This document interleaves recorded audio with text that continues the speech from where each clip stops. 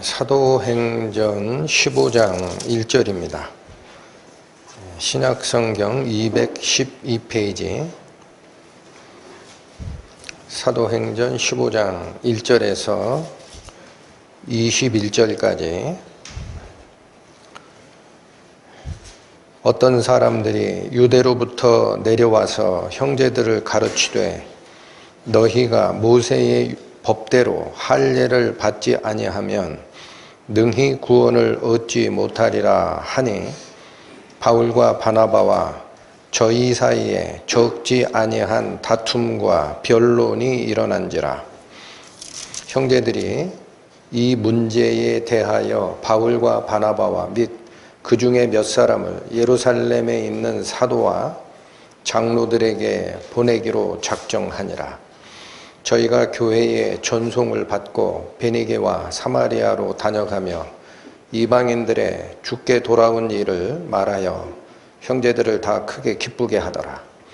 예루살렘에 이르러 교회와 사도와 장로들에게 영접을 받고 하나님이 자기들과 함께 계셔 행하신 모든 일을 말하며 바리새파 중에 믿는 어떤 사람들이 일어나 말하되 이방인에게 할례를 주고 모세의 율법을 지키라 명하는 것이 마땅하다 하니라.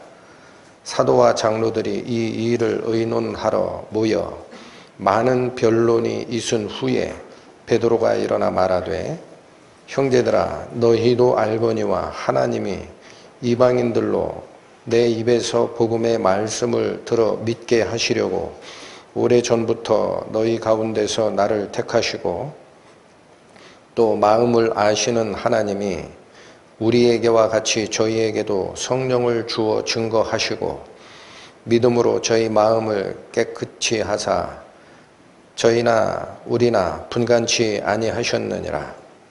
그런데 지금 너희가 어찌하여 하나님을 시험하여 우리 조상과 우리도 능히 매지 못하던 멍에를 제자들의 목에 두려느냐. 우리가 저희와 동일하게 주 예수의 은혜로 구원받는 줄을 믿노라 하니라. 온 무리가 가만히 있어 바나바와 바울이 하나님이 자기들로 말미암아 이방인 중에서 행하신 표적과 기사 고하는 것을 듣더니 말을 마치매 야고보가 대답하여 가로되 형제들아 내 말을 들으라. 하나님이 처음으로 이방인 중에서 자기 이름을 위할 백성을 취하시려고 저희를 권고하신 것을 시므온이 고하였으니 선지자들의 말씀이 이와 합하도다 기록된 바 이후에 내가 돌아와서 다윗의 무너진 장막을 다시 지으며 또 그 퇴락한 것을 다시 지어 일으키리니 이는 그 남은 사람들과 내 이름으로 일컬음을 받는 모든 이방인들로 주를 찾게 하려 함이라 하셨으니 즉 예로부터 이것을 알게 하시는 주의 말씀이라 함과 같으니라. 그러므로 내 의견에는 이방인 중에서 하나님께로 돌아오는 자들을 괴롭게 말고 다만 우상의 더러운 것과 음행과 목매어 죽인 것과 피를 멀리하라고 편지하는 것이 가하니 이는 예로부터 각 성에서 모세를 전하는 자가 있어 안식일마다 회당에서 그 글을 읽음이라 하더라. 기도하시겠습니다. 하나님 아버지, 저희를 향하신 당신의 중단 없는 은혜와 사랑에 감사를 드립니다.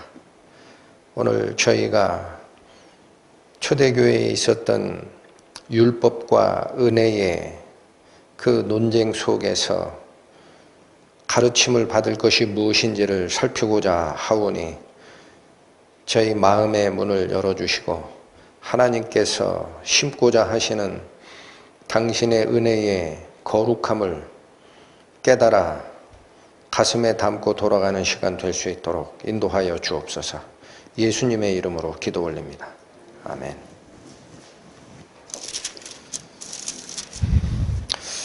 시간이 참 빨리 가는 것 같습니다. 어찌하다 보니까 벌써 2022년이라고 하더라고요.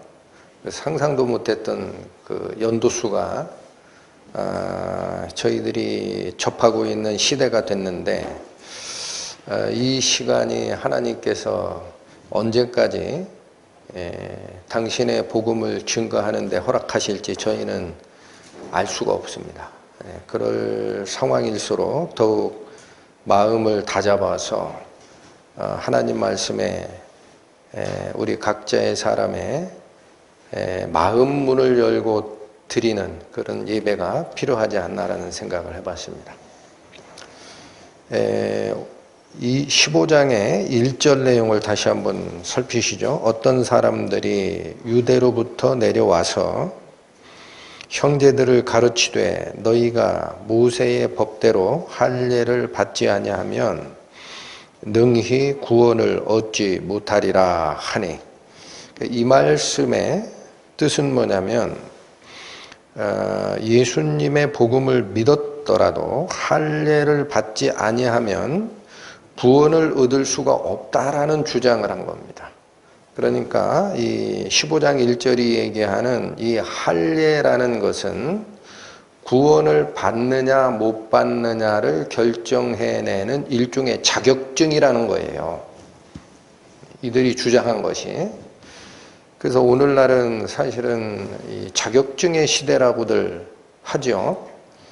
그래서 사람을 평가하는 기준으로 자격증을 요구하는 시대가 됐고, 또 그렇게 하는 이유를 미루어 짐작을 해보니까 하고 많은 사람들 중에 그 사람 속에 있는 진정한 능력을 판단하기가 쉽지 않으니까, 그러니까 공인된 자격증을 그 사람의 특정 능력의 척도로 삼자라는 그런 생각이 오늘날 자격증의 시대를 만든 것이 아닌가라는 생각을 합니다. 그래서 뭐 작게는 생활할 때 필요한 생활용 자격증, 운전면허증, 이거 없으면 차량 운전 못 하잖아요. 그 다음에 또 전문적인 기술을 인정하는 뭐 요리사 자격증이라든지 미용사 자격증, 또 조금 더 나가서 전문 지식을 가지고 있다라고 자기를 드러낼 수 있는 변호사 자격증이라든지 회계사 자격증, 의사 자격증, 그 다음에 또 나는 다른 사람보다 많이 배웠다니까 외모가 내 비록 이렇게 좀 처져도 머릿속에 든 거는 많거든, 이런 걸 또 자랑하려고 하면은 석사학위 또는 박사학위증 이런 것들을 자랑하고 드러내는 시기가 오늘날의 시대라는 얘기입니다. 그런데 이제 이런 것들은 눈에 안 보이는 사람의 능력을 평가하는 척도로서 도움이 되기도 하지만 그 사람에게 붙여진 직함으로 사람을 판단하고자 하는 잘못을 유발하는 문제가 있게 됩니다. 저는 이제 이런 오늘 말씀을 선고하면서도 교회 안에서도 바로 이런 직함을 기준으로 사람을 평가하는 잘못이 현재 이 시대를 살고 있는 우리 한국의 교회 안에 이미 들어와 있다라고 저는 생각을 하거든요. 그래서 이제 가만히 있다가도 누가 집사가 됐다 그러면은 본인이 자기도 모르게 어깨가 으쓱해요. 그 다음에 권사나 장로가 됐다 하면 교회의 어른으로 행세하려고 하고, 이런 것들이 결국 교회 안에서도 직함이라는 것을 가지고 자기가 남보다 다르다라는 것을 드러내는 그런 잘못된 관행의 예라고 저는 생각을 합니다. 여러분, 우리 말씀사랑교회 성도님들은 다들 아시겠죠? 집사, 권사, 장로, 목사라는 것은 직함이 아닙니다. 계급도 아닙니다. 회중석에 계신 일반 성도였다가 집사가 혹시 된다고 하고, 저희는 아직 그런 직책을 만들지 않았어요. 된다거나 혹은 권사가 된다거나 장로가 되면은요, 어깨에 힘주고 어른 행세하라고 그 직함을 주는 게 아닙니다. 더욱 봉사하라라는 뜻이에요. 믿음이 그만큼 자랐으니까 더욱 봉사하라, 더욱 낮아져라. 이게 교회가 어떤 성김의 직위를 주는 이유가 됩니다. 그런데 제가 이 말을 길게 한 이유는 바로 오늘 초대교회 역사에서 전체 교회가 모였던 총회는 기록된 것으로는 이곳이 처음입니다. 그 뒤에는 나오지도 않아요. 그러니까 그렇게 중요한 문제가 왜 불거졌느냐 이걸 살펴보니까 바로 그 할례라는 것, 유대인들이 주장했던 할례라는 것을 자격증으로 사용하려고 하는 그런 고집 때문에 그거 없으면 구원 못 받는다라는 얘기 아닙니까? 15장 1절이 맞죠? 너희가 할례를 받지 아니하면 능히 구원을 받지 못하리라. 그 자격 상실이야. 할례를 받아야 돼. 이게 구원받았다라는 자격증이야. 이렇게 주장하면서 문제가 된 거죠. 그러면 저희가 살펴보고자 하는 것은 할례가 무슨 뜻이냐를 먼저 살펴야 되겠죠. 할례는 무슨 뜻입니까? 하나님이 당신의 백성에게 주신 표징입니다. 표징, 사인입니다. 사인. 그리고 그 표징을 주는 이유는 이 표를 가지고 있는 자는 내 백성이고 이 표가 없는 자는 내 백성이 아니야 라는 자격 요건이 아니다라는 거예요. 성경이 말하는 당신의 백성이 되는 표징을 주는 이유는 뭐냐면요, 표를 가지고 야 기가 막히다 나는 하나님 백성이야 이렇게 하라는 얘기가 아니라 이거를 보는 순간 뭐를 기억하라, 하나님과 맺었던 언약을 네 머릿속에 잊지 마라 라는 거예요. 그러니까 그건 자격증이 아니라 뭡니까? 경고장입니다. 나를 자각시키는 일종의 경고문이에요. 이거를 볼 때마다 너는 하나님을 생각하거라. 자, 우리 할례가 명해지는 구약 성경을 쫓아가서 의미를 살핍니다. 창세기 17장입니다. 창세기 17장 구약 성경 20페이지 11절을 보시겠습니다. 너희는 양피를 베어라. 이것이 나와 너희 사이의 언약의 표징이니라. 여러분, 이게 할례의 정의예요. 할례는 언약에 뭐라고 얘기를 하나요? 표징, 징표로 준 거다라는 거예요. 그러니까 여러분, 할례가 언약이 아니죠. 할례는 언약이 있다라는 사인을 주는 거다라는 겁니다. 표징이 그런 뜻입니다. 그럼 언약이 뭐냐를 봐야죠. 언약이 뭐였느냐. 위로 조금 올라가셔서 7절, 8절을 보십니다. 이 아브라함에게 주는 언약입니다. 7절, 내가 내 언약을 나와 너와 네 대대 후손의 사이에 세워서 영원한 언약을 삼고 너와 네 후손의 하나님이 되리라. 여러분, 언약의 첫 번째 내용이 뭐냐면은 아브라함 및 그 아브라함의 후손들과 하나님과 언약을 맺는데 그 언약의 당사자인 하나님은 그들의 하나님이다라는 거예요.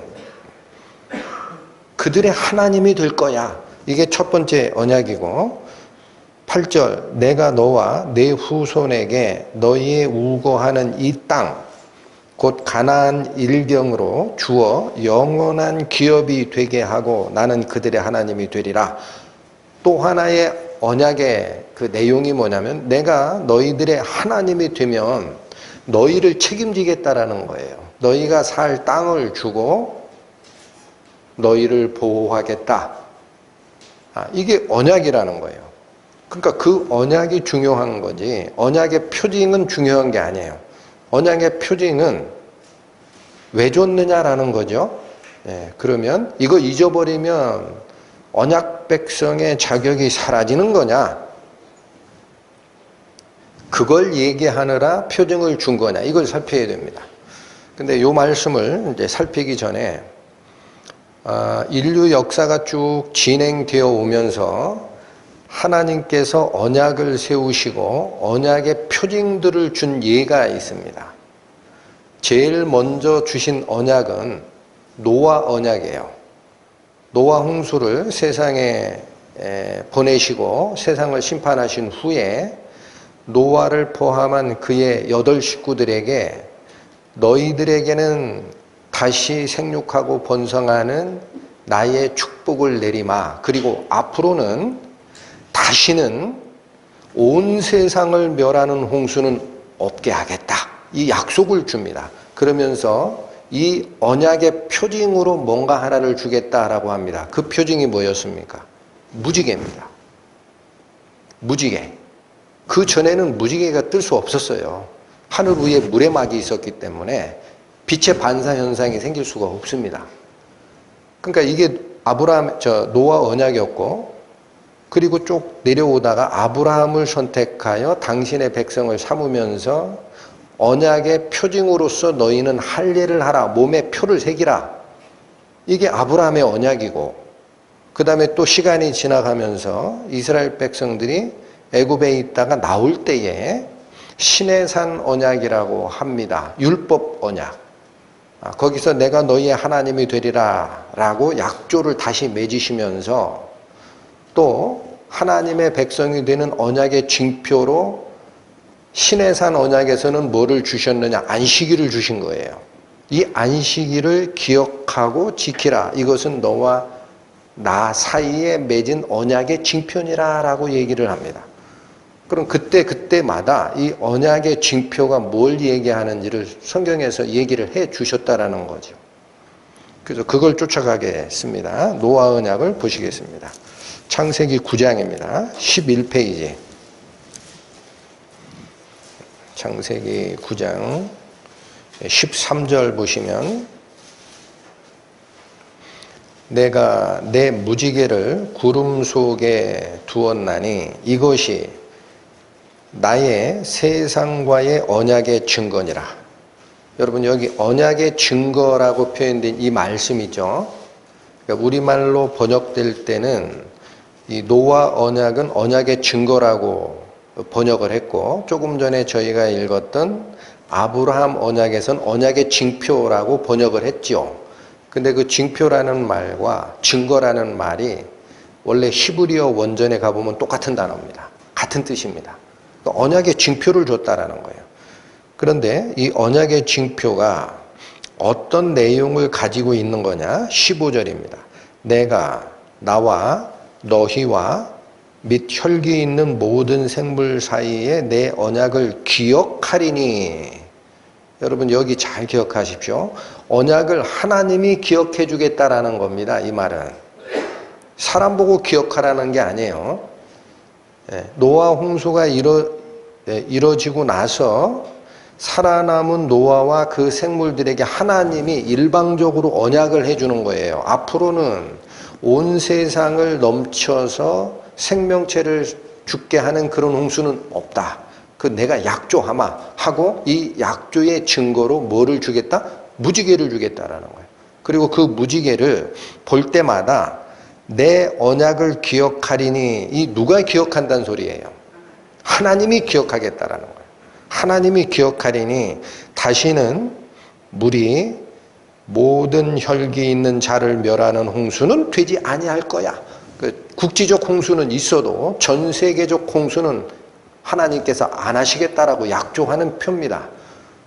근데 여기 하나님께서 약속의 증거로 무지개를 주겠다라고 하고 그 무지개를 볼 때마다 뭐를 기억하겠다?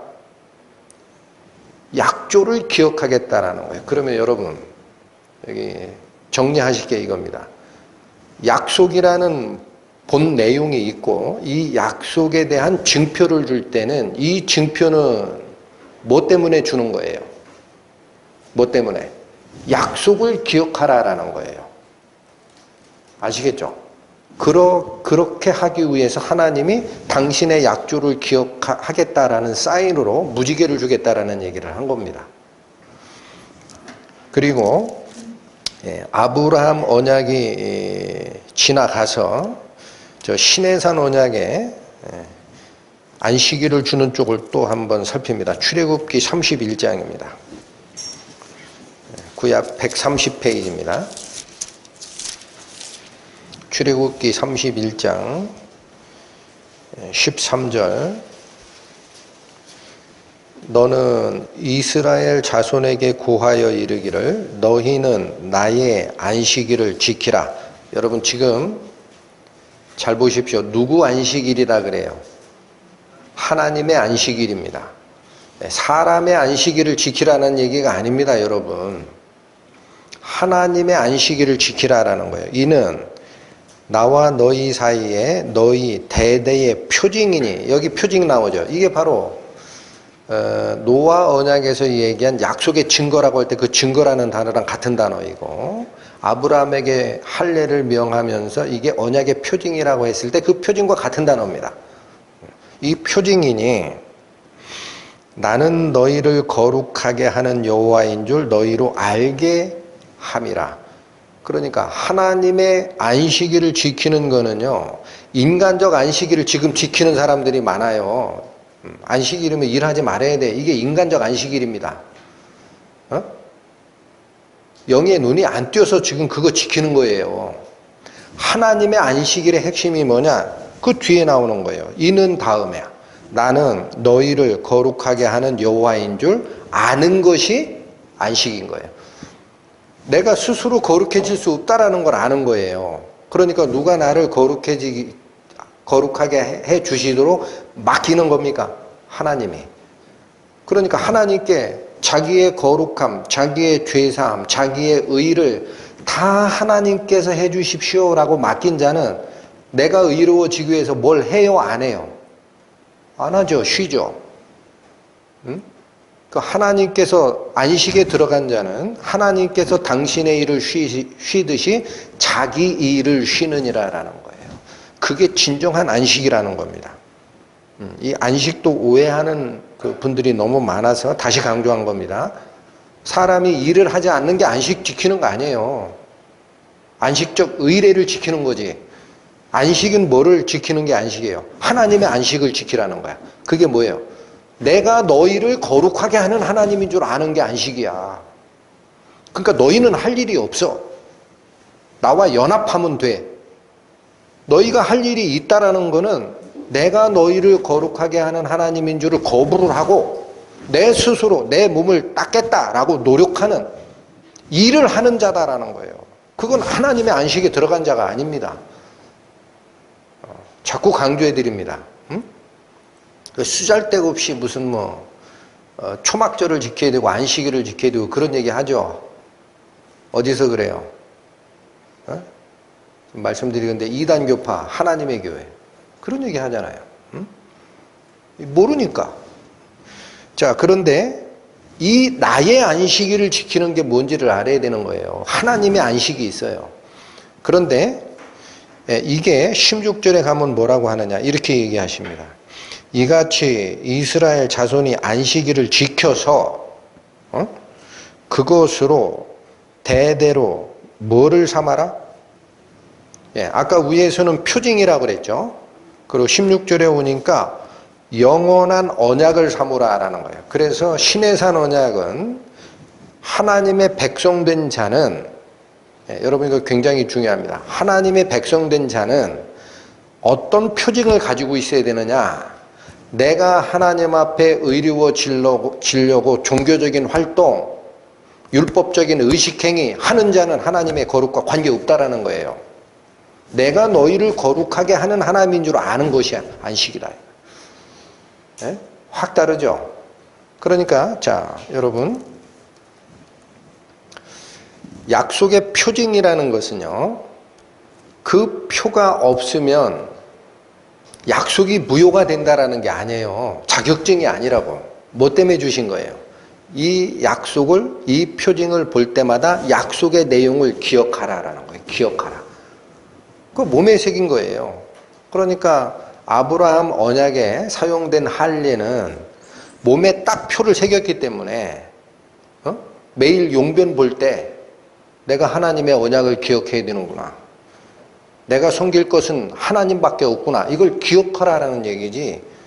그거 기억하지 않고 인생은 나에게 주어진 권리야. My way. 하나님 없이 살면서 몸에 표했다고 해서 그 사람은 하나님의 백성입니까? 얼토당토하는 얘기를 하는 거예요. 그러니까 이 사건이 지금 불거졌다라는 겁니다. 교회에서. 자, 본문으로 다시 돌아오십니다. 사도행전 15장 2절 보시겠습니다. 바울과 바나바와 저희 사이에 적지 아니한 다툼과 변론이 일어난지라. 여러분 지금 이 문제가 어디서 터진 거죠? 안디옥 교회에서 터진 겁니다. 안디옥 교회. 1차 전도여행을 다 마치고 여러분 14장 27, 28절을 보세요. 이르러 교회를 모아 하나님이 함께 행하신 모든 일과 이방인들에게 믿음의 문을 여신 것을 고하고 이 선교 보고를 하고 28절 제자들과 함께 오래 있으니라.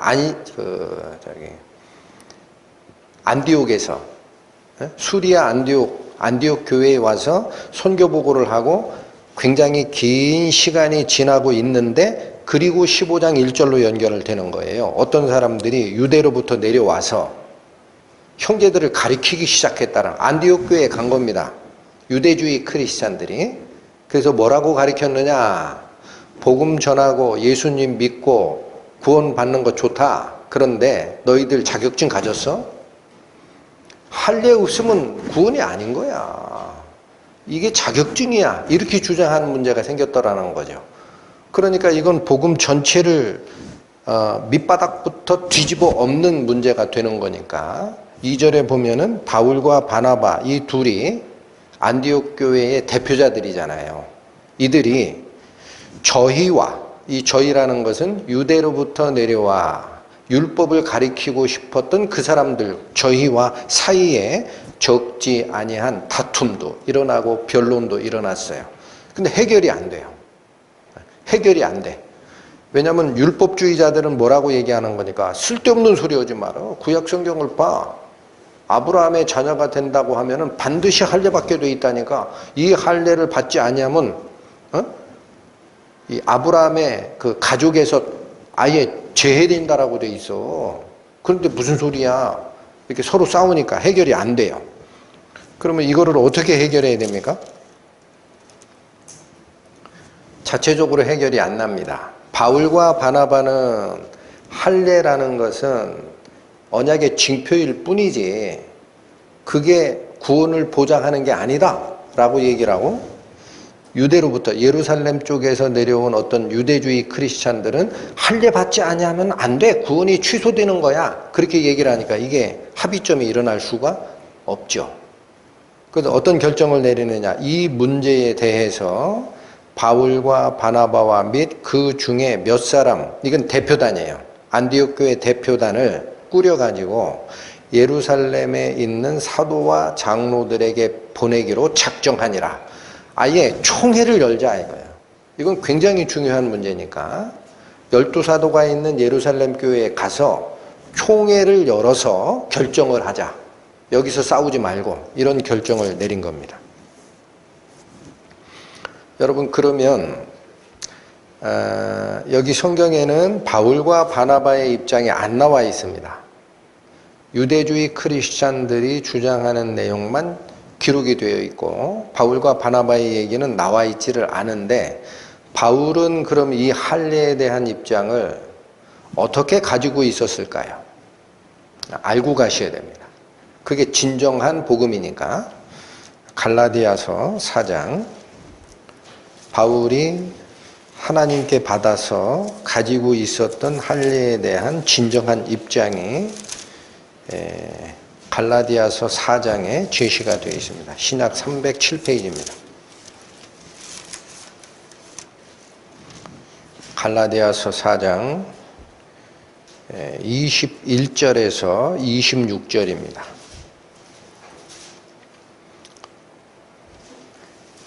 내게 말하라. 율법 아래 있고자 하는 자들아 율법을 듣지 못하였느냐? 기록된 바 아브라함이 두 아들이 있으니 하나는 계집종에게서 하나는 자유하는 여자에게서 났다 하였으나 누구와 누구를 얘기하는 거죠? 계집종 하갈을 통해서 얻은 이스마엘이 종의 자녀라는 거예요. 그 다음에 자유하는 여인에게서 난 자, 이건 누구죠? 아브라함의 본처 사레가 난 이삭을 얘기합니다. 23절 보십시오. 계집종에게서는 육체를 따라 낳고 자유하는 여자에게서는 약속으로 말미암았느니라. 이건 또 무슨 말이에요?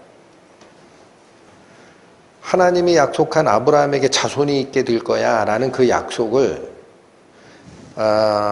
아내인 사라가 자기 태기가 없는 걸 알고 경수가 끊어졌거든요. 없는 줄 알고 자기를 섬기도록 준 몸종 하갈을 자기 남편인 아브라함에게 두 번째 아내 첩으로 줘가지고 거기서 아기를 생산하게 하는 방식은 일반적인 육체적인 결합으로 나오는 애들이라는 거예요. 그렇게 돼 있는 거예요. 그런데 아내된 사라가 난 이것은 육체를 따라 난 게 아니라 자유하는 여자에게서는 무엇을 말미암아 났다라고 합니까? 약속. 무슨 약속이 작용이 된 거예요? 15년 동안 경수가 끊어져서 애를 가질 수가 없는 상태인데도 불구하고 하나님께서 천사를 보내서 지시하시고 하신 게 뭐예요? 99살 때 아브라함의 99세 되는 때에 말씀을 주시기를 내년 이맘때에 네 본처 사라가 애를 갖게 될 거야. 그건 육체적으로 생산할 수 있는 능력이 없는데도 불구하고 하나님이 약속으로 주신 거라는 거예요. 그게 구분이 된다라는 거예요. 그래서 여러분 지금 제가 알려드리는 이거 중요한 겁니다. 종의 자녀로 난 것은 이스마엘이고 약속의 자녀로 난 것은 이삭이라는 거예요. 똑같이 아버지 아브라함의 밑에서 나오는 자녀이지만 하나는 육체적인 원칙을 따라 난 이스마엘이고 하나는 하나님이 약속에 의해서 부여된 생명인 이삭이 나왔다라는 겁니다. 이걸 잡으시고 읽으셔야 됩니다.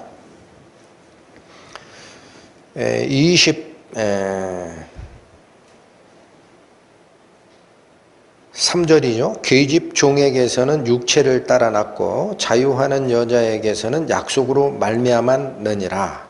그 다음에 24절. 이것은 비유니 여러분. 자, 아브라함의 일생을 통해서 첩자식이 나오게 하고 본처자식은 하나님의 약속을 따라서 낳게 한 이것은요. 우연히 된 게 아닙니다. 하나님의 앞으로 일어날 약속의 자녀가 어떻게 되는 거야 이걸 실제로 드러내게 하려고 아브라함의 일생을 그렇게 이끌어 가신 거예요. 근데 이게 영적으로는 비유라는 거예요. 비유.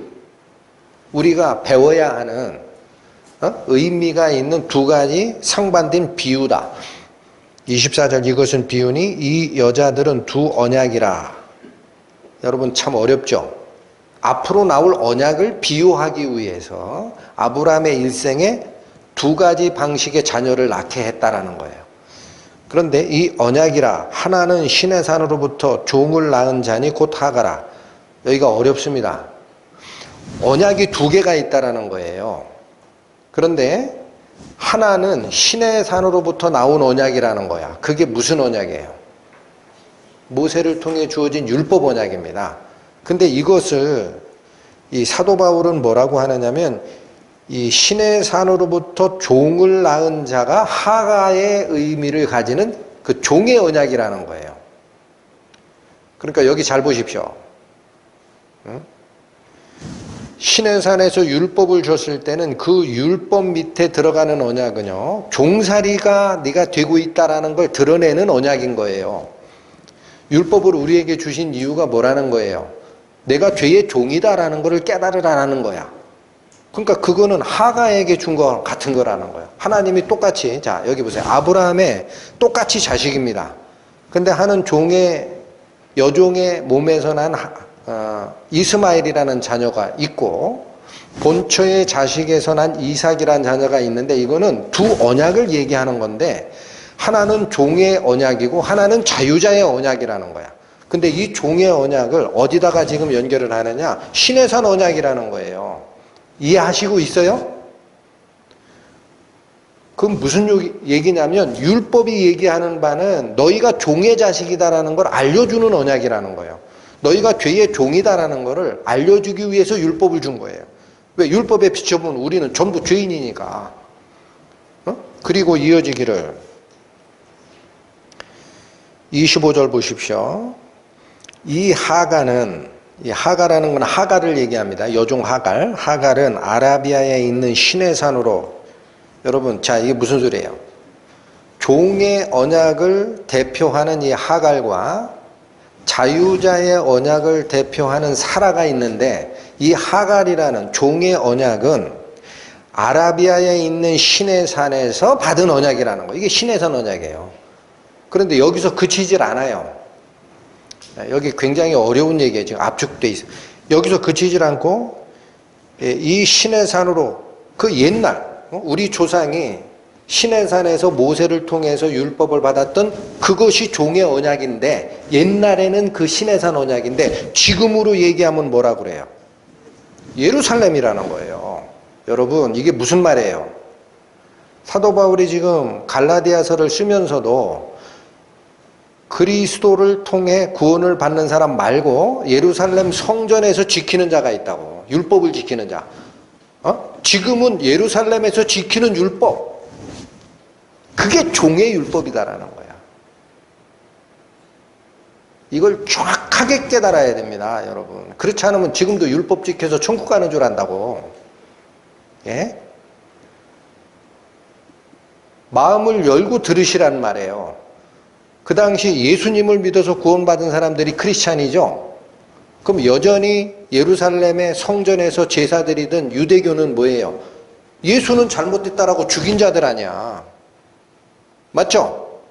그럼 아직도 예루살렘에서 이 율법 지키고 있는 게 뭐냐? 그 종의 언약을 계속 지켜나가는 사람이라는 거예요. 그리고 뭐라고 얘기합니까? 다시 25절 보십시오. 이 하가는 아라비아에 있는 시내산으로 지금 있는 예루살렘과 똑같다라는 거예요. 그들 다 종의 언약인 율법을 따라서 자기가 의롭게 되려고 하는 자들이다. 저가 그 자녀들로 더불어 종노릇하고 있는 거다라는 거예요. 그런데 26절 오직 위에 있는 예루살렘, 그러니까 사도 바울은 자기가 이 편지를 쓰고 있을 때에 이스라엘 땅에 있는 그 성전들이 있어요. 제사 지내고 율법을 쫓아서 제사하는 그런 성전과 제사장 규례, 이건 땅에 있는 예루살렘이라고 하는데 이거는 율법에 종된 언약을 지키는 자들이다라는 거야. 근데 우리가 바라보고 있는 거는 이 땅의 예루살렘이 아니라 하늘의 예루살렘을 보고 있다라는 거예요. 부활하신 예수님을 보고 있어요. 우리가 보는, 자, 26절 오직 위에 있는 예루살렘, 하늘에 있는 예루살렘, 이 예루살렘만이 자유자니 곧 우리의 어머니라 그러죠. 이해하셨어요? 위에 있는 예루살렘을 모르면 율법에 의한 저주와 율법에 의한 의로움을 자기 육체에 다 가지시고 십자가에 달려 돌아가신 후에 지옥의 죄의 값을 다 장사하시고 부활하여 하늘에 오르신 하늘에 있는 예루살렘, 그 안에 계신 예수님을 모르면 여전히 어디를 쫓아가는 거예요? 땅에 있는 율법 규정 쫓아가는 거예요. 그러니까 종된 자가 있고 뭐가 있다? 자유자가 있다. 다시 보십니다. 지금 4장인데 넘기셔서 5장 1절 보세요. 여러분, 오늘 말씀을 들으시면서 내가 과연 자유자의 아들 쪽에 줄을 서려고 하는 건지 여전히 종된 자의 줄을 서려고 하는 건지 본인을 바라보시기 바랍니다. 하나님께 기도하시고. 갈라디아서 5장 1절에서 4절도 봅니다. 그리스도께서 우리로 자유케 하려고 자유를 주셨으니, 여러분, 위에 있는 예루살렘은 자유자니 누구하고 연결시키세요? 지금 그리스도예요. 예수께서 우리로 자유케 하려고 자유를 주셨으니 그러므로 굳세게 서서 다시는 뭐를 매지 마라. 종의 멍에를 매지 마라. 여전히 율법 지켜서 이루어지려고 하는 그건 종의 멍에라는 거예요. 그건 매지 마라. 2절 보라 나 바울은 너희에게 말하노니 너희가 만일 할례를 받으면 그리스도께서 너희에게 아무 유익이 없게 될 것이다. 왜 할례 문제를 또 꺼냅니까? 그게 구약의 율법적 규례에서 우리만이 하나님의 자녀요라고 자격증으로 이해했던 사람들의 생각이니까. 에? 그것만 받으면 천국 간다고 하면 예수님은 무슨 의미가 있어요? 할례 받고 예수 안 믿는 사람들이 지금 이 편지를 쓰고 있는 이 당시에 지금 땅에 있는 예루살렘 거기 성전에서 제사 드리는 사람이란 얘기예요. 그럼 그 사람들 할례 받았어요. 근데 예수는 믿어요? 안 믿어요? 안 믿었잖아요. 신성 모독자다 해서 십자가에 매달려 죽였잖아. 그럼 그 사람 천국 가느냐 이거야. 할례 받았다고. 반대네요. 반대. 응? 그러니까 할례 받아서 천국 간다라고 이걸 자격증으로 이해하고 있는 자들은 예수님하고는 반대쪽에 있다라는 거예요. 예수님하고는 반대쪽으로 가고 있다 지금. 그러니까 여러분들 생각을 하시라고. 내가 그리스도의 은혜가 뭔지 그 속으로 들어가려고 하는 건지 아니면 옛날에 구약 성경에 이렇게 하면 의로운 자야 라는 그 규정 밑으로 들어가려고 하는 건지. 하나는 생명의 길이요 하나는 사망의 길입니다. 2절 다시 보십시오. 보라 나 바울은 너희에게 말하노니 너희가 만일 할례를 받으면 그리스도께서 너희에게 아무 유익이 없으리라.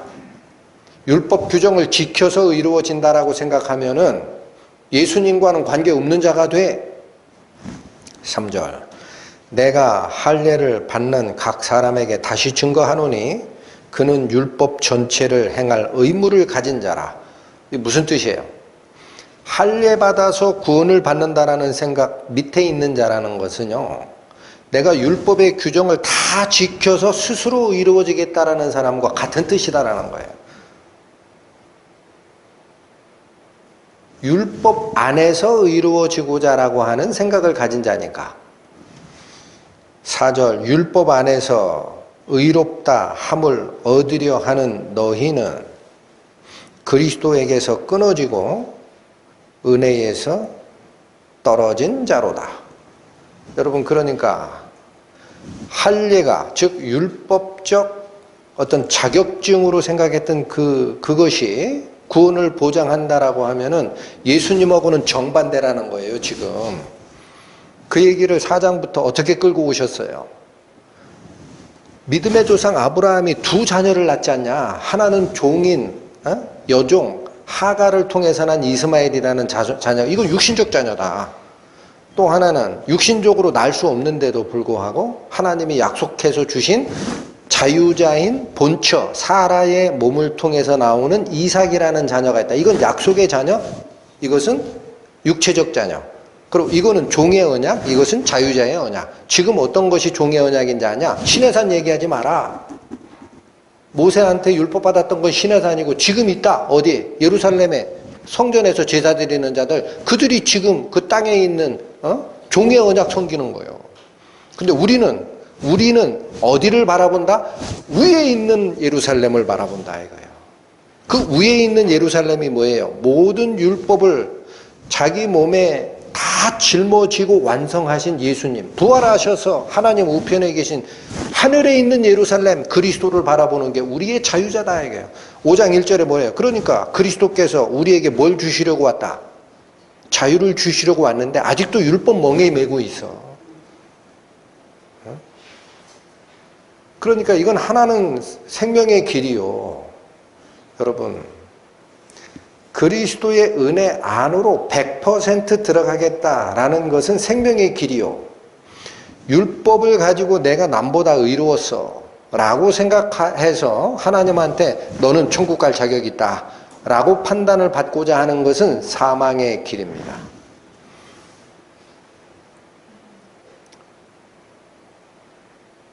제 얘기가 아닙니다. 성경이 얘기하잖아요.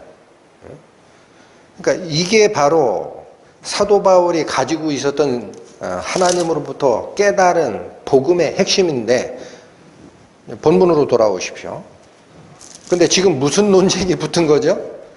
예루살렘에서 온 유대주의 크리스찬들이 뭐라고 하느냐? 예수 믿어서 안 돼. 자격증 있어야 돼. 자격증. 할례 받아야 돼. 그거 아니면 능히 구원 못 받아. 그러니까 이게 어디 합의점이 일어나겠어요. 이거는 하나님의 복음이 물타기가 되느냐, 순수한 하나님의 복음으로 남느냐라는 절체절명의 위기입니다. 그러니까 해결이 안 된 거예요. 많은 다툼과 변론이 있고 나서도 해결이 안 되니까 이러지 말자. 저 예루살렘에 있는 12사도들, 예수님께서 세워주신 사도들이 있잖냐. 그럼 거기 가가지고 전체 교회 대표자 회의에서 결정하자 하고 보낸 겁니다. 3절 보시죠. 213페이지. 사도행전 15장 3절. 저희가 교회에 전송을 받고 베니게와 사마리아로 다녀가며 이방인들의 주께로 돌아온 이 일을 말하여 형제들을 다 크게 기쁘게 하더라. 저는 이 3절을 생각하면서도 여러분 우리 지난주까지 살폈던 거 있잖아요. 1차 전도행에서 구브로에 갔다가 서교 바울 회심시키고 곧바로 그의 부탁을 받았던 것 같습니다. 해서 터키 본토로 가서 버가 지역은 통과까지 했어요. 급하니까. 그리고 비시디아 안디옥에 가서 전도를 하고 거기에서 반발이 있으니까 추방령이 내려져서 이고니온으로 가고, 여기 왔더니 이고니온까지 또 쫓아와가지고 죽이려고 해요. 돌로 치려는 모의가 발견이 돼요. 그러니까 도망가서 밑에 루스드라에 가서 전하는데 여기는 유대인 회당이 없어요. 그 기적 일으키고 했더니 제우스 신하고 헤르메스 신이 사람의 모습을 하고 왔네 하고 반기던 이자들이 500리길을 멀다 하고 쫓아와가지고 그들이 섬기는 예수라는 자는 신성 모독한 자야. 속으면 안 돼. 이 말을 딱 듣자마자 돌 던져 죽이잖아요. 죽은 줄 알고 밖에 내쳤는데 다시 살아난 이 바울이 더베로 가서 복음을 전한 다음에 바로 옆에 고향통에서 들어가면은 안디옥인데도 불구하고 다시 뒤집어서 오잖아요. 그 왜 왔어요? 복음에 대한 열정입니다. 나를 죽이려 했던 이 핍박 세력이 그리스도의 복음을 깨닫고 신앙생활에 들어간 우리 형제 자매들에게도 똑같이 갈 것 같다. 가서 빨리 흔들리지 마라. 해주기 위해서 자기 생명도 불구하고 다시 되돌아가잖아요. 지금 그러한 전도의 열정이 3절에 또 보인다라는 거예요. 사도 바울 일행이. 지금 논쟁이 많아. 그래서 급히 어디로 가고 있어요? 예루살렘 총회. 그러니까 이게 어떻게 결정나느냐가 복음이 유지가 되느냐, 복음이 변질되느냐라는 절체절명의 위기인데도 불구하고 그 길을 따라서 쭉 안디오쿠스 내려오다 보면 베니게, 페니키아 왕국, 구약으로 얘기하면 두로와 시돈 지역 통과할 거고 사마리아 지역 통과해서 예루살렘으로 가게 됩니다. 근데 그냥 간 게 아니라 어떻게 하고 가요? 복음 전하고 거기 구원받았던 형제들하고 다시 교제하고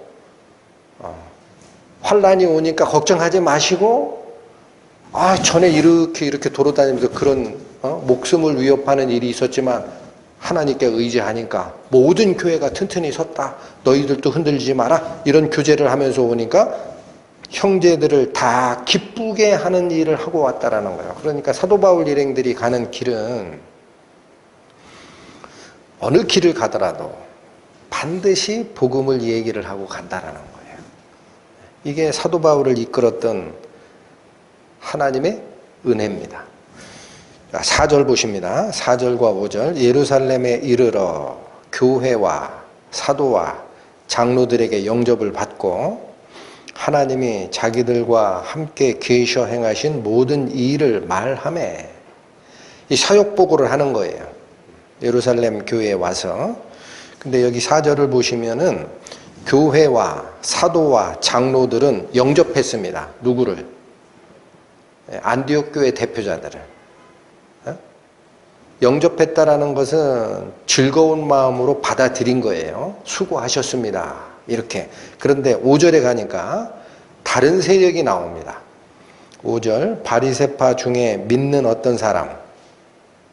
그러니까 이 사람들은 유대교의 바리새파가 아니에요. 지금은 유대교의 바리새파였던 사람인데 예수님을 믿고 돌아온 자인데 아직도 무슨 사상에 쩔어 있어요? 율법적 사상에. 그래서 바리새파 중에 믿는 어떤 사람들이 일어나 말하되 이방인에게 할례 주고 모세의 율법을 지키라 명하는 것이 마땅하다. 그러니까 안디옥 교회에서 바울과 바나바하고 논쟁이 붙었던 그 사람들이 안디옥 교회만 있는 게 아니에요. 어디에도 있어요. 예루살렘 교회에도 있는 거예요.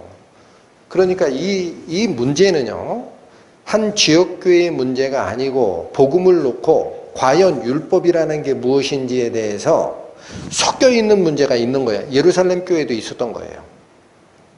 불거지기를 어디서 불거진 거죠? 안디옥 교회에 와서 불거진 거지. 그리고 바로 이 바리새파 사람들이 중간에 끼어든 겁니다. 그러니까 4절 교회와 사도와 장로들에게 영접을 받고 하나님이 자기들과 함께 계셔서 행하신 모든 일을 말하고 있는 중에 사역보고 중간에 바리새파 신자들이 들고 일어난 거예요. 잠깐 그 얘기 그만하고 그거 중요한 거 아니야. 당신들 안디옥 교회에서부터 문제 있어서 내려온 거 아니야? 그 얘기 먼저 하자 우리. 응? 이거 안 되는 거 아니야? 율법 지키라고 할례 줘야 되는 거 아니야? 이렇게 끼어든 거예요. 근데 이게 나중에 정리가 된 다음에 먼저 가보시면 베드로의 증언이 있은 다음에 12절 가보세요. 온 무리가 가만히 있어 잠잠해진 겁니다. 베드로의 증언이 있은 후에 잠잠해지고 바나바와 바울이 하나님이 자기들로 말미암아 이방인 중에서 행하신 표적과 기사 고하는 것을 듣더니, 그러니까 마저 뭐를 듣는 거예요? 사역 보고 듣는 거예요. 중간에 껴든 거였어요. 듣더니 13절 말을 다 마치고 나서야 예루살렘 교회 대표 장로였던 야고보가 일어나서 바리새파 믿는 자가 제기했던 그 문제를 결정을 내리는 겁니다. 그러니까 여러분, 교회 일을 할 때에 하나님께서 당신의 복음을 이끌었던 사역이 중요합니까? 우리끼리 논의하는 게 중요합니까? 하나님의 사역이 중요하죠. 이 분위기가 읽혀지느냐 이거예요. 교회와 4절 교회와 사도와 장로들에게는 영접을 받고 사역 보고를 시작했는데 5절 바리새파 중 믿는 자, 바리새파 신자들은 잠깐 그거 중요치 않다, 이 얘기 먼저 하자 하고 중간에 껴든 겁니다. 껴들고 제시된 문제가 뭐냐? 똑같은 얘기하는 거예요. 할례 주고 율법 지켜야 되는 거야. 그건 받아도 그거 버리면 안 되는 거야. 이렇게 얘기를 했어요. 6절 사도와 장로들이 이 일을 의논하러 모여 굉장히 중요한 이슈가 터진 겁니다. 복음에 굉장히 중요한 판단이 필요한 상태가 된 거예요. 그래서 사도와 장로들이 이 일을 의논하려고 회의 집합을 시켰습니다. 7절 많은 변론이 있은 후에 베드로가 일어나 말하되 형제들아 너희도 알거니와 하나님이 이방인들로 내 입에서 복음의 말씀을 들어 믿게 하시려고 오래전부터 너희 가운데서 나를 택하셨다라는 말씀을 합니다. 그러니까 이 예루살렘 교회 정식 회의 집합을 한 후에도 여기 압축적으로 기록이 되어 있지만은 많은 변론이 있었습니다. 얘기하고 싶은 사람 다 해보라는 거예요. 중요한 문제니까. 그걸 아주 압축적으로 얘기를 합니다. 이 변론이 다 끝난 후에 베드로가 일어나서 증언을 합니다. 이 증언이 8절, 9절입니다. 자, 또 마음을 아시는 하나님이 우리에게와 같이 저희에게도 성령을 주어 증거하시고 믿음으로 너희 마음을 깨끗이 하사 너희나 우리나 분간치 아니하셨느니라. 7절부터 얘기하면 베드로의 증언은 세 가지로 요약이 돼요. 7절이 얘기하는 증언은 이방인들도 믿게 하려는 게 하나님의 뜻이라는 거예요. 7절에 뭐라고 되어 있어요? 하나님이 이방인들로 내 입에서 복음의 말씀을 들어 믿게 하시려고 오래전부터 나를 수석사도로 택한 이유가 있다라는 거예요. 그러니까 이거는 사도 바울의 수석사도됨이 중요한 게 아니고 하나님께서 이방인들도 믿게 하려고 계획한 게 있었다라는 거예요. 사람의 뜻이다, 하나님의 뜻이다. 하나님의 뜻이었다. 이방인들도 똑같이 유대인처럼 믿게 하려는 것은 하나님의 뜻이었다. 8절이 가리키는 바는요. 저들에게도 우리와 똑같은 뭐를 주셨다? 성령 주셨다라는 거예요. 유대인들만 당신 백성이면은 이방인들에게 전도할 때 성령 가면 안 되죠. 근데 그들도 우리와 똑같은 성령을 받으셨다. 또 9절 믿음으로 저희 마음을 깨끗게 하셨기 때문에 하나님께서는 이방인과 유대인을 분별하지 않으셨다라는 거예요. 여러분 이거는 베드로가 겪었던 경험이기는 한데 사람의 경험입니까? 성령께서 인도하신 경험입니까? 후자입니다. 그러니까 유대교적, 율법적 경험이 풍부했던 바리새파 신자들은 몇백 년을 이어온 유대교적 전통 때문에 할례 주고 율법 지키는 게 맞다. 자기 경험에 의해서 자꾸 주장해대는 거예요. 근데 그 변론이 다 끝난 다음에 베드로가 증거한 것은 무엇이죠? 사람 경험 얘기하지 말자라는 거예요. 유대교적 사고방식, 그 가치체계 그거 얘기하지 말고 성령께서 경험하게 하신 거 가지고 얘기할까? 이렇게 얘기하는 거예요. 성령께서 경험토록 한 게 뭐냐? 이방인들도 같이 믿는 자가 되도록 계획하신 게 하나님의 뜻이라는 거예요. 그것 때문에 나를 사도로 택했다. 자, 이게 무슨 뜻이에요? 여러분, 이방인의 사도는 바울로 택한 거 아니에요? 근데 여기 베드로가 증언하는 건 뭐예요? 이방인들도 믿게 하려고 내 입을 통해서 증거하는 복음으로 믿게 하려고 오래전부터 너희 중에서 나를 수석사도로 택한 게 아니냐. 이 말이 무슨 뜻이에요? 고넬료 전도 사건 얘기하는 겁니다. 고넬료. 최초 이방인의 전도가 누구 입에서 나가요? 베드로 입에서 나가야 되잖아. 근데 베드로도 무슨 생각을 가지고 있었어요? 그때에는. 이방인하고 우리하고는 다른 사람이지. 우리는 하나님이 지정한 먹어도 된다라는 음식을 먹는 유대인이고 이방인은 먹지 말라고 한 더러운 그 음식과 같은 존재야. 근데 성령께서 환상 보여주시면서 어떻게 했어요? 하늘로부터 큰 보자기 같은 그릇에 내규팅을 달아 하늘에서 쭉 내려오면서 그 위에 기는 것, 나는 것, 땅에 있는 짐승들 다 보여주시면서 잡아먹으라 그랬더니 베드로가 뭐라 그래요? 주여 그럴 수 없나이다. 지금까지 제 입에 더러운 음식이 들어간 적이 없나이다. 하늘에서 두 번째 말씀이 있으셔서 뭐라고 했어요? 내가 깨끗하게 한 것을 네가 부정하다 하지 마라. 누가 깨끗하게 하신 거예요? 하나님. 이 환상이 3번 일어난 다음에 베드로가 굽히고 가는 거였잖아요. 그러니까 바로 이방인에게 복음이 전해져야 된다라는 이 복음 전파의 고난, 위임은 이방인의 사도 바울에 의해서 얘기가 돼봐야 권위가 없어요. 예루살렘에서 출발해야 되는 거예요. 성령에 의해서 이 복음 전파의 고난이 이방인에게도 가고 있다라는 그 물꼬는 누가 터줘야 된다? 대표 사도인 베드로를 통해서 성령이 역사하게 하시는 겁니다. 그래야 뭐가 있어요? 대표성이 있는 거예요. 그 얘기를 한 거예요. 7절은. 그리고 8절은 뭐라고 했죠? 우리와 똑같이 그들에게도 성령을 주었다. 그런 일이 있습니까? 네, 여기 잠깐 잡으시고 사도행전 11장 15절 가보세요. 베드로가 고넬료 집에 가서 말씀을 전할 때 얘기입니다. 전하고 나서 그거를 회상하는 과정이죠. 사도행전 11장 15절. 내가 말을 시작할 때에 성령이 저희에게 임하시기를 처음 우리에게 하신 것과 같이 했다라는 거예요.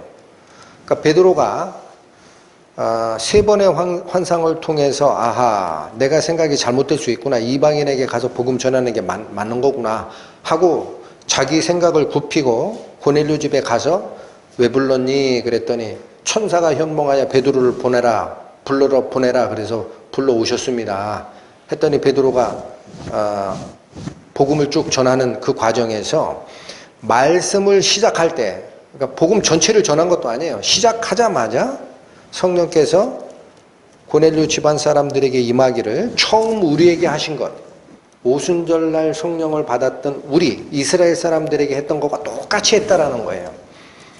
17절 그런즉 하나님이 우리가 주 예수 그리스도를 믿을 때에 주신 것과 같은 선물, 이게 뭡니까? 성령의 선물입니다. 이 선물을 저희에게도 주셨으니 내가 누구간데 하나님을 능히 막겠느냐? 이게 베드로의 증언이었잖아요.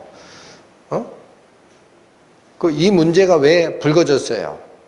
그 당시에 베드로가 고넬료 집안에 가서 복음 전하고 왔다라는 소식을 들으니까 유대에 있는 그 율법주의자들이 뭐라고 했냐면 너 왜 이방인하고 같이 가서 교제했냐?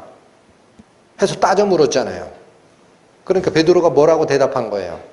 나도 너희처럼 이방인과 유대인은 교제하지 않아야 되는 줄 알았어. 근데 환상을 3번 주시고 가서 말씀을 전하는데 말을 시작하자마자 성령이 내리시던데 뭘. 그 성령 우리가 옛날에 봤던 성령하고 같은 거야? 그러면 얘기 좀 하자. 내가 하나님을 막을 수 있는 능력자냐? 성령 하나님이 주시는 거 아니냐? 하나님께서 직권적으로 내려주시는 걸 나보고 가서 왜 못 막았냐고 얘기하는 거랑 뭐가 달라? 네가 지금 주장하는 게. 해서 그때도 입을 딱 틀어막았던 경험이 있는 거예요. 베드로가 그 경험을 하도록 하는 이유가 오늘 살피고자 하는 예루살렘 총회에서 이 문제가 터질 거를 하나님이 아신 거예요. 그냥 없어지지 않는다, 그 사고방식이. 그래서 그대로 시키는 겁니다. 그 다음에 9절 15장 9절에 베드로가 또 한 번 경험했던 게 뭐죠? 믿음으로 저희 마음을 깨끗이 하사 저희나 우리나 분간치 아니하셨느니라 라고 되어 있죠. 여기 분간치 않았다라는 말씀이 여러분 10장 사도행전 10장 또 가보세요. 13절 15절 아까 제가 말씀으로 설명드린 환상 과정입니다. 사도행전 10장 13절 또 소리가 있으되 베드로야 일어나 잡아먹으라 하거늘 14절 베드로가 가로되 주여 그럴 수 없나이다. 속되고 깨끗이 아니한 물건을 내가 언제든지 먹지 아니하였삼나이다 한데 15절 또 두 번째 소리 있으되 하나님께서 깨끗게 하신 것을 네가 속되다 하지 말라. 여러분 이방인도 먹을 수 있는 음식이고 하나님 앞에 더러운 자가 아니다라는 거를 누가 그렇게 결정해 주는 거예요? 누가 그렇게 결정해 주는 거예요? 여기 나오잖아요. 저는 지금까지 속되거나 더러운 음식을 입에 넣은 적이 없습니다. 저는 못 먹겠습니다. 라고 얘기하는 베드로에게 두 번째 하늘에서 음성이 내려옵니다. 뭐라고 얘기하는 거예요? 내가 깨끗하게 한 것을 네가 부정타하지 말라. 누가 깨끗해 했다는 거예요? 하나님이. 그럼 오늘 본문 보세요. 오늘 본문. 여러분 이거 굉장히 중요한 겁니다. 오늘 본문 15장 9절에 보면 믿음으로 저희 마음을 깨끗이 하신 자가 누구라는 거예요? 하나님이 하셨다라는 거예요. 이방인들도 그렇게 하셔서 저희나 우리나 간에 분간치 아니하셨느니라. 하나는 먹을 수 있는 음식, 하나는 먹지 못하는 음식, 이렇게 분간하는 게 베드로의 머릿속에 있었던 구분 의식이었었죠. 근데 하늘에서 두 번째 음성이 내려와서 뭐라 그랬어요? 내가 깨끗하게 한 것이니까 너는 더럽다고 하면 안 돼. 누가 깨끗하게 하신 거예요? 하나님께서.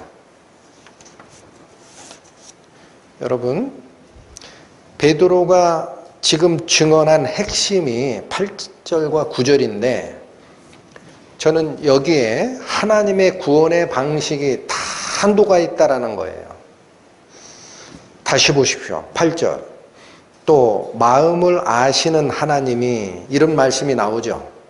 그럼 이런 얘기입니다. 하나님께서 성령을 주시지 않으면 구원이 없어요. 그런데 하나님이 누구에게 성령을 주십니까? 누구에게?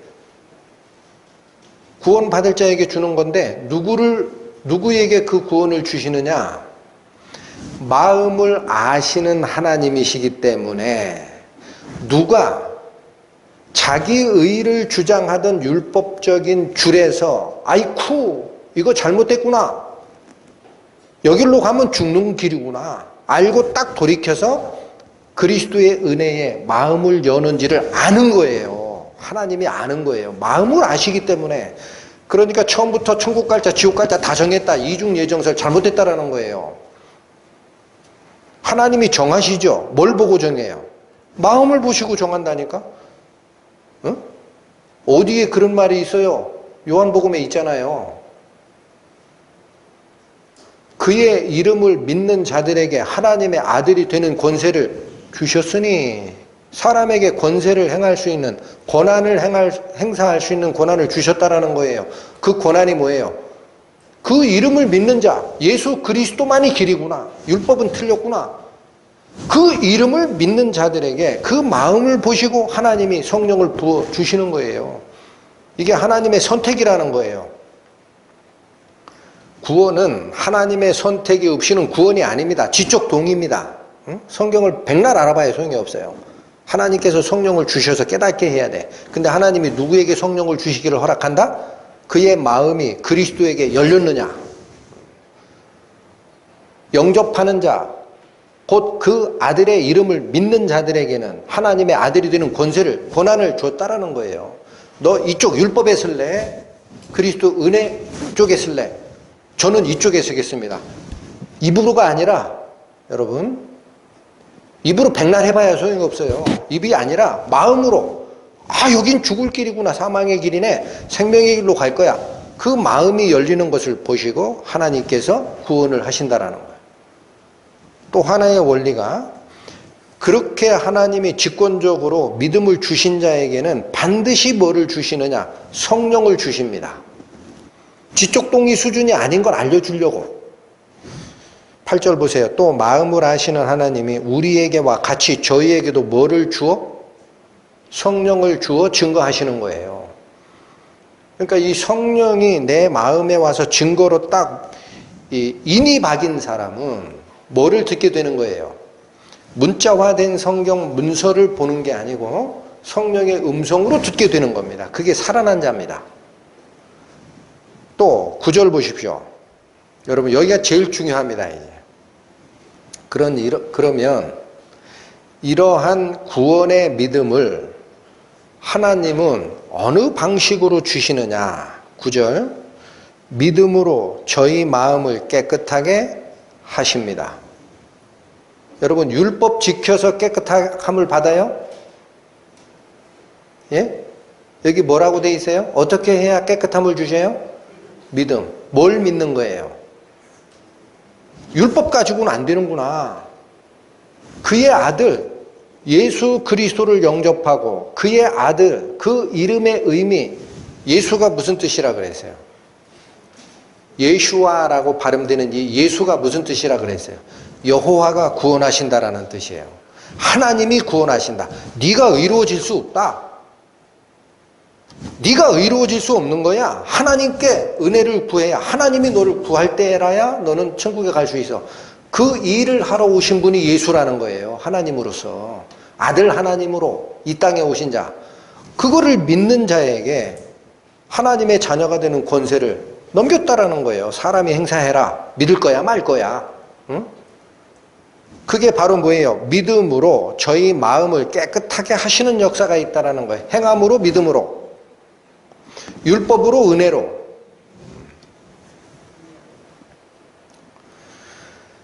여러분 지금 무슨 문제가 불거졌는데 베드로의 입에서 구원은 이렇게 가는 거야 라는 성령의 경험이 증거가 되고 있어요? 할례예요, 할례. 할례 문제가 불거지고 나서 이 말이 나오는 거예요. 그럼 할례가 어디다 하는 할례가 진짜 할례입니까? 로마서 2장 242페이지 가보세요. 성경 말씀이 지시하는 대로만 가시면 됩니다. 로마서 2장 28절 29절을 보십니다. 대저 표면적 유대인이 아니요 표면적 육신의 할례가 아니라, 여기 두 가지를 부인합니다. 표면적이라는 것은 겉으로 드러나는 모습으로 그런 뜻이에요. 겉으로 드러나는 모습의 유대인이 아니래요. 다시 얘기합니다. 유대인이란 말이 뭐예요? 하나님의 백성이래요. 겉으로 드러나는 유대인, 혈족적 유대인이 하나님의 백성이 되는 게 아니야. 부인했어요. 또 하나 부인했어요. 표면적 할례, 육신의 할례가 진짜 할례가 아니야. 남자의 양피, 껍데기를 뺏기는, 잘라내는 그 육신의 할례 있잖아. 그게 진짜 할례가 아니라니까. 그럼 뭐가 진짜예요? 29절 오직 이면적 유대인이며 저 속에 있는 진짜 유대인들이 있다라는 거예요. 진정 하나님의 자녀가 되는 그런 경험을 한 자들이 진짜 유대인이라는 거예요. 그리고 할례는 어디에 하라? 마음에 할지니. 여러분, 할례는 몸에 하는 게 아니에요. 그거는 아브라함에게 표징으로 준 거고, 너 이렇게 볼일 볼 때마다 이렇게 보고 뭘 생각하라? 하나님의 언약을 생각하라. 그래서 표징을 준 거예요. 눈으로 보는 게 인간들은 믿으니까. 하루에 한 번씩 볼일 볼 거 아니야. 그럼 하나님의 언약을 생각하라는 뜻이구나. 그렇게 얘기했는데 진짜 할례는 어디에 있는 거냐? 마음에 있는 거예요. 몸에 하는 게 아니에요. 진정한 할례는 마음에 하라. 그리고 나오는 말이 뭡니까? 신령에 있고 의문에 있지 아니한 것이라. 여기 신령이라는 것은 영입니다. 영. 진짜 할례는 있잖아. 영적인 할례야. 어디에 있는 게 아니고 의문에 있는 게 아니고, 의문이라는 것은 의로운 글, 조항, 율법을 얘기합니다. 진짜 할례는 율법적 할례를 얘기하는 게 아니라니까. 뭘 가지고 할례를 받는 게 있다? 영으로.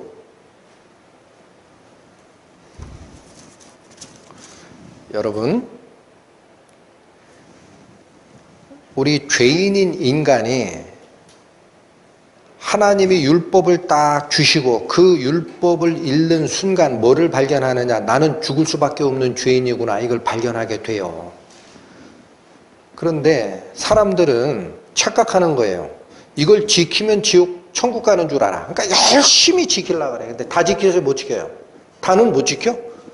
근데 마음에서 어떤 생각을 해요? 아니, 하나님이 율법 100개 중에 내가 80%, 90% 지켰으면 못 지킨 10%, 20% 때문에 하나님이 나를 지옥에 보내겠나? 인간적인 정리상 그러진 않으실 거야. 하고 더 지키려고 한다고. 근데 여러분, 율법은 주는 이유가 지켜서 다 이루어지라는 뜻이에요? 아니에요? 성경이 그렇게 얘기한 적이 없죠? 율법으로는 죄를 깨달음이니라. 내가 죄가 있다는 걸 보여주려고 거울을 내둔 거야. 그거 봤냐? 죄가 있는 게 확실해? 지옥 갈 죄가 맞아? 예. 그러면 어떻게 하는 거예요? 이 마음을 베어버리라는 거예요. 네가 스스로 의로워지려고 하는 마음을 베어버리고 어디에 붙어라? 예수 그리스도의 은혜를 붙잡으라. 그 일을 누가 할 일을 해버리는 거예요. 성령께서. 성령께서 오셔서 우리 마음의 가죽을 열어버린다라는 거예요. 잘라서 열어버립니다. 그리고 이게 하나님의 은혜야. 이제 알겠느냐?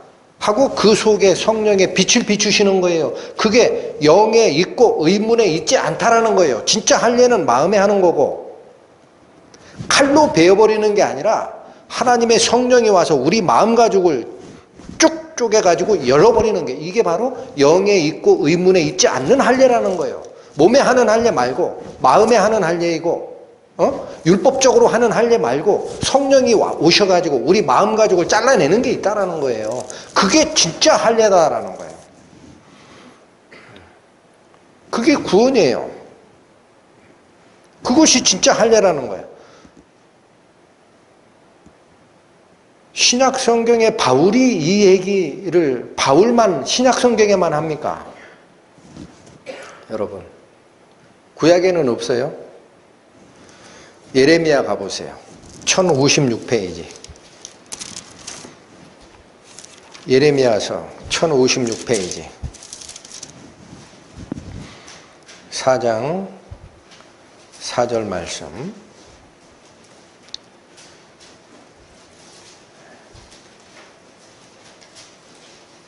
유다인과 예루살렘 거민들아, 너희는 스스로 할례를 행하여 너희 무엇을 베고 마음 가죽을 베고 나 여호와께 속하라. 그렇지 아니하면 너희 행악을 인하여 나의 분노가 불같이 발하여 사르리니 그것을 끌 자가 없으리라. 여러분, 죄인된 우리 인간이 하나님과 연합할 수 있는 방법이 하나가 딱 있어요. 그게 나 여호와께 속하라라는 명령입니다. 어떻게 하면 되느냐? 내 마음 가죽을 내 스스로 잘라내야 됩니다. 그게 예수 그리스도의 은혜만을 바라보겠다라는 나의 결정입니다. 그걸 뭐라고 하느냐? 순종이라고 해요. 순종. 말씀에 그대로 쫓아가는 그걸 믿음이라고 하고. 마음 가죽을 베어내지 않고는 하나님의 말씀의 빛이 껍데기를 싸고 있는 마음 가죽을 뚫고는 들어가질 않아요. 하나님이 억지로 여는 법이 없다고. 그래서 요한복음 1장에 얘기한 게 뭐예요? 영접하는 자, 곧 그의 이름을 믿는 자들에게는 하나님의 자녀가 되는 권세를 주셨으니, 권한이 어느 쪽에 위임이 됐어요? 믿는 자에게. 그 자기 마음의 가죽문을 쭉 베버리고 딱 열어 적혔을 때 하나님의 말씀이 그 사람의 영혼 속에 들어와서 할례를 해버립니다. 그게 구원받은 겁니다. 구약이 얘기하는 마음의 할례는 누가 하라고 돼 있어요, 여러분? 하나님이 해주신다고 그래요. 네 스스로 하라 그래요. 다시 한번 읽을까요? 예레미야 4장 4절 말씀. 유다인과 예루살렘 거민들아, 너희는 어떻게 할례를 행하여? 스스로 내 결정으로 가는 거예요. 에덴 동산에 선악과를 따먹으면 죽으리라 경고의 말씀을 남기셨던 하나님이시지만, 아담과 하와가 선악과를 따먹는 그 순간에는 개입을 하시지 않는 것처럼 고난을 준 거예요. 내가 사탄을 쫓아갈 수도 있고 나 하나님을 쫓아올 수도 있느니라. 경고는 하는데 막지는 않는다. 너희들 앞에 두 길을 두마. 하나는 생명의 길이요 하나는 사망의 길이라. 조심하라. 경고는 하지만 막지는 않는다. 왜 안 막으세요? 고난을 줬기 때문에 인간에게. 영접하는 자, 곧 그 아들의 이름을 믿는 자들에게는 하나님의 자녀가 되는 권세를 주셨기 때문에 권세를 다시 안 뺏는 거예요. 하나님이 줬던 권세를 왜 받아요? 네가 행사해. 마음의 가죽문을 벨 거야 말 거야 결정해. 이게 복음입니다. 저는 복음 말고도 현재 시대를 살고 있는 우리 성도들이 이 사건에서 얻어야 하는, 반드시 얻어야 하는 교훈이 있다라고 생각을 합니다. 그 사람들이 할례를 자격증으로 여기고 그리스도의 은혜의 복음을 믿었다고 끝이 아니야. 이 자격증 취득하지 않으면 천국에 못 가라고 주장했던 것처럼, 지금 시대에 교회 내에서도 바로 그 직분에 대한 우월감, 이런 게 혹시 우리 속에 숨어 들어오면 안 된다라는 거예요. 집사가 됐다, 권사가 됐다, 장로가 됐다, 목사가 됐을지라도 그 직함이 그 사람을 드러내는 자격증이 아니다라는 거예요. 자격증은 뭐가 자격증이에요? 여러분한테 질문합니다. 지금 말씀을 들으셨잖아. 뭐가 자격증이야? 뭐가 진짜 할례냐고. 어? 하나님의 교회 안에서 진정한 자격은 내 마음의 가죽이 잘려 나갔느냐예요. 그게 진짜 자격증이라고. 직분이 아니라. 어? 내 마음 가죽이 잘려 나간 적이 있느냐? 세상을 향하는 마음, 성공을 쫓는다든가 인정받고 싶다든가 자기를 자랑하려는 거, 조금이라도 뭐가 있으면 자랑하려는 그 마음, 그것 싹둑 베어버린 적이 있느냐? 그리고 그렇게 베어버린 자는 무슨 빛이 두르고 있어요? 성령의 빛이 두르고 있어요.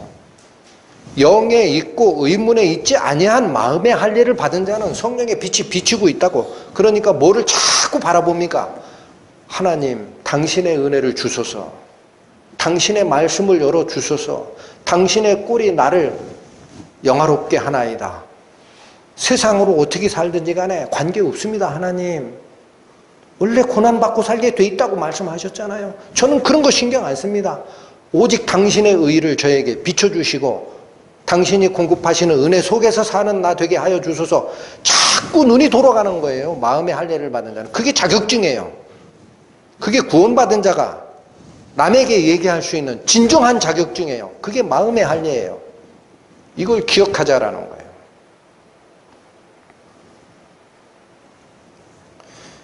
자, 오늘 본문으로 다시 돌아오십니다. 사도행전 15장 10절이 베드로가 성령의 인도하심을 받아서 했던 경험을 다 증거하고 난 다음에 이제 선택의 선언을 하는 겁니다. 그런데 지금 너희가 어찌하여 하나님을 시험하여 우리 조상과 우리도 능히 매지 못하였던 멍에를 제자들의 목에 두려고 하느냐. 여러분들은 지금 무슨 짓을 하고 있는지 알고 계십니까? 이런 뜻입니다. 우리와 우리 조상들도 매지 못했던, 감히 그 기준에 의해서 의롭다함을 얻지 못했던 율법의 멍에를 그리스도의 은혜로 구원받은 제자들 목에 다시 씌우고 싶은 겁니까? 근데 이러한 시도를 베드로는 뭐라고 얘기를 하느냐면 하나님을 시험하는 행위라는 거예요. 너희가 어찌 하나님을 시험하여 이 짓을 하려고 하느냐. 여러분, 하나님을 시험하여라는 이 시험이라는 단어는요, 어디에서 사용된 단어냐면 예수님께서 40일을 금식하고 광야에 있을 때 마태복음에 이런 말씀이 나옵니다. 시험하는 자가 예수께 나와 가로되. 그러면 예수님을 시험했던 그 시험하는 자는 그 자가 획책했던 그 생각이 뭐였어요? 그 생각이 하나님의 일을 방해하고 싶은 거였었잖아요. 그 시험하는 자는. 그래서 예수님의 앞에 뭐를 둔 거예요? 걸려 넘어질 법한 돌멩이를 던진 자가 시험하는 자였었죠. 베드로가 지금 여기서 하나님을 시험하여라는 말을 쓰는 것은요, 예수님의 은혜로 구원받는다라는 구원 말고, 순수한 복음 말고 할례라는 자격증이 있어야 구원받아라고 주장하는 것은 하나님의 일을 방해하고 그리스도의 복음에 걸림돌을 놓는 일인 줄 왜 모르느냐라는 얘기입니다. 11절, 우리가 저희와 동일하게 주 예수의 은혜로 구원받는 줄 믿노라. 여러분, 이게 진정한 믿음이라는 거예요. 율법을 지켜서가 아니고 우리든 저희든 간에 동일하게 뭐를 믿어서? 주 예수의 은혜로 말미암아 구원을 받는다라는 이 사실을 믿는 거 아니냐. 12절, 온 무리가 가만히 있어. 이제 조용해졌습니다. 뭐라고 얘기를 할 수 있습니까? 성령께서 인도하신 그 증언 앞에 아무도 얘기를 못하는 조용한 상태가 됐을 때 다시 사역보고가 일어납니다. 바나바와 바울이 하나님이 자기들로 말미암아 이방인 중에서 행하신 표적과 기사 고하는 것을 다시 시작합니다. 어디서 끊어졌던 사역보고가 다시 이어진 거죠? 4절입니다. 4절. 교회와 사도와 장로들에게 영접을 받고 하나님이 자기들과 함께 계셔서 행하신 모든 일을 말하기 시작하고 중간쯤 됐을 때 바리새파 중 신자들이 들고 일어나서 그 얘기 잠깐 정지하시오. 그거 중요한 얘기 아닙니다. 할례 받지 않은 자는 천국에 갈 수 없다. 이걸 얘기를 해야지. 그 논란이 다 끝나고 나서 12절이 받는 것은 바로 바나바와 바울이 시작했던 사역 보고가 끊김이 없이 다시 이어졌다라는 겁니다. 하나님의 말이, 하나님의 행적이, 하나님의 복음의 역사가 다시 증거되기 시작했다. 그 일이 다 끝난 다음에 13절 말을 마침에 야고보가 대답하여 가로되 형제들아 내 말을 들으라. 여기 마지막에 베드로는 사도의 대표자로서 성령께서 자기 자신을 이끌어갔던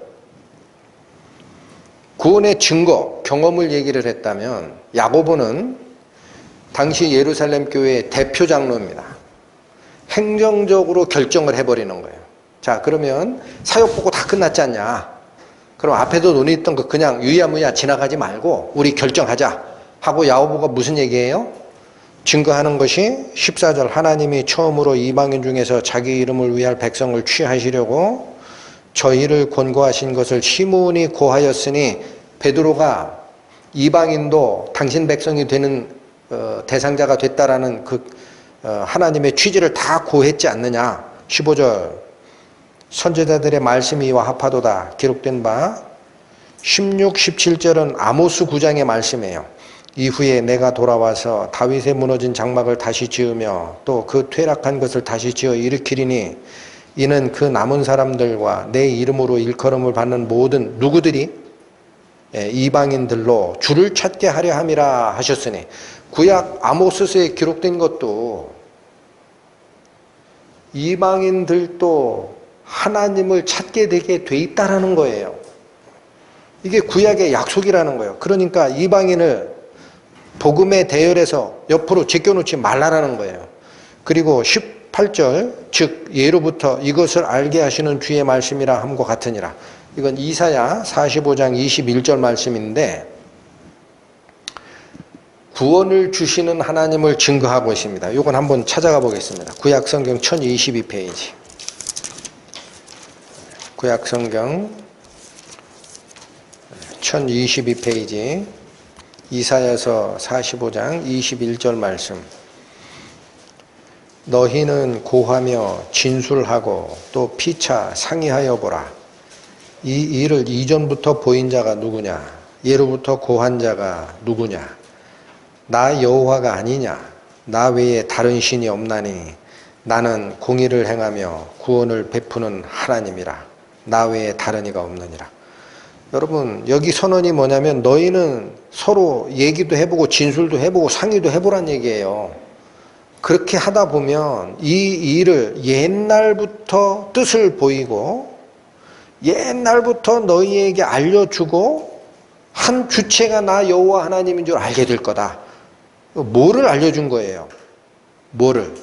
나는 공의를 행하며 구원을 베푸는 하나님이다라는 이 사실을 이미 옛날부터 알려줬고 선지자들을 통해 기록하게 했고 하나님의 뜻이었다라는 걸 알게 될 것이다라는 거예요.